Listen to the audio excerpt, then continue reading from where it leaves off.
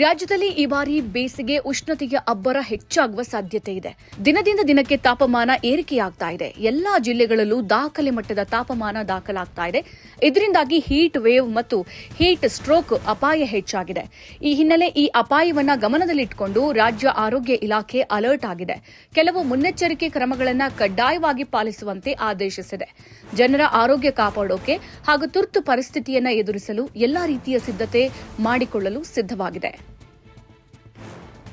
ಇನ್ನು ಜಿಲ್ಲೆಯ ಆರೋಗ್ಯ ಅಧಿಕಾರಿಗಳಿಗೆ ವಿಶೇಷ ಮಾರ್ಗಸೂಚಿ ಕಳುಹಿಸಲಾಗಿದ್ದು ಅವನ್ನ ಕಟ್ಟುನಿಟ್ಟಾಗಿ ಜಾರಿಗೊಳಿಸುವಂತೆ ತಿಳಿಸಲಾಗಿದೆ.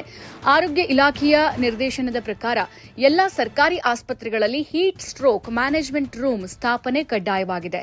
ಈ ವಿಶೇಷ ಕೊಠಡಿಗಳು 1 ಏಪ್ರಿಲ್ 2026ರಿಂದ 31 ಮೇ 2026ರವರೆಗೆ ಸಕ್ರಿಯವಾಗಿರಬೇಕು. ಈ ಅವಧಿಯಲ್ಲಿ ಹೀಟ್ ಸ್ಟ್ರೋಕ್ ಸಂಬಂಧಿತ ಎಲ್ಲಾ ತುರ್ತು ಪ್ರಕರಣಗಳಿಗೆ ಇಲ್ಲಿಯೇ ತಕ್ಷಣ ಚಿಕಿತ್ಸೆ ನೀಡುವ ವ್ಯವಸ್ಥೆ ಇರಬೇಕು ಅಂತ ತಿಳಿಸಲಾಗಿದೆ. ಇನ್ನು ಪ್ರತಿಯೊಂದು ಕೇಂದ್ರದ ಈ ಕೊಠಡಿಯಲ್ಲಿ ಕನಿಷ್ಠ 2 ಹಾಸಿಗೆಗಳು ಇರಬೇಕು. ಜೊತೆಗೆ ಹೀಟ್ ಸ್ಟ್ರೋಕ್ ಚಿಕಿತ್ಸೆಗಾಗಿ ಅಗತ್ಯವಾದ ಔಷಧಿಗಳು ಸಾಕಷ್ಟು ಪ್ರಮಾಣದಲ್ಲಿ ಲಭ್ಯವಾಗಬೇಕು.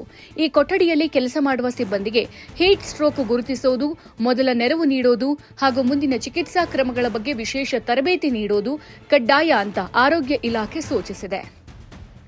ಈ ಕೊಠಡಿಯಲ್ಲಿ ಫ್ಯಾನ್, ಐಸ್ ಕ್ಯೂಬ್ಸ್ ಹಾಗೆ ಥರ್ಮೋಮೀಟರ್ಸ್ ಮುಂತಾದ ಅಗತ್ಯ ವಸ್ತುಗಳನ್ನು ಒದಗಿಸಬೇಕಾಗಿದೆ. ರೋಗಿಗೆ ತಕ್ಷಣ ಶರೀರದ ಉಷ್ಣತೆಯನ್ನು ಕಡಿಮೆ ಮಾಡುವ ವ್ಯವಸ್ಥೆ, ತಂಪು ನೀರು, ತಣ್ಣನೆಯ ಕಾಂಪ್ರೆಸ್ ಇತ್ಯಾದಿ ಸಿದ್ಧವಾಗಿರಬೇಕು. ಹೀಟ್ ಸ್ಟ್ರೋಕ್ ರೋಗಿಗಳು ಬಂದ ತಕ್ಷಣ ವಿಳಂಬವಿಲ್ಲದೆ ಚಿಕಿತ್ಸೆ ಆರಂಭಿಸೋಕೆ ಆಸ್ಪತ್ರೆಗಳು ಸಜ್ಜಾಗಿರಬೇಕು. ಜನರಿಗೆ ದೇಹದಲ್ಲಿ ನೀರಿನ ಅಲಕ್ಷಣ ಉಂಟಾಗದಂತೆ ಮಾಡಲು ORS ಕೌಂಟರ್ಗಳನ್ನು ಸ್ಥಾಪಿಸುವುದು ಮತ್ತೊಂದು ಪ್ರಮುಖ ಕ್ರಮ. ಆಸ್ಪತ್ರೆಗೆ ಬರುವ ಜನರಿಗೆ ಉಚಿತವಾಗಿ ಅಥವಾ ಸುಲಭವಾಗಿ ORS ದೊರೆಯುವಂತೆ ನೋಡಿಕೊಳ್ಳಬೇಕು.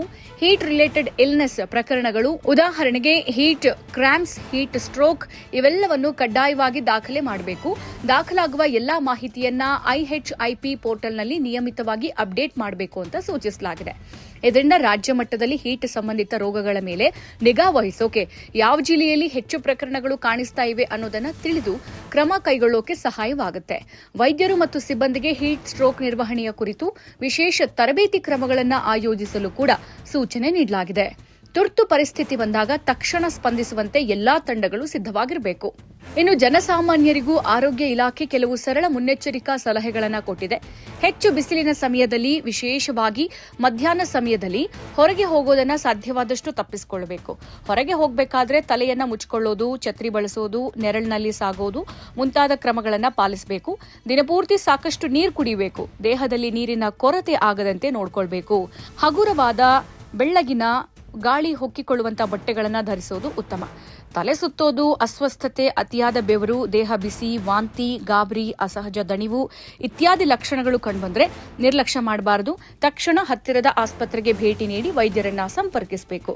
ಹೀಟ್ ಸ್ಟ್ರೋಕ್ ತಡವಾಗಿ ಚಿಕಿತ್ಸೆ ಪಡೆದರೆ ಗಂಭೀರ ಪರಿಣಾಮ ಉಂಟಾಗುವ ಸಾಧ್ಯತೆ ಇದೆ.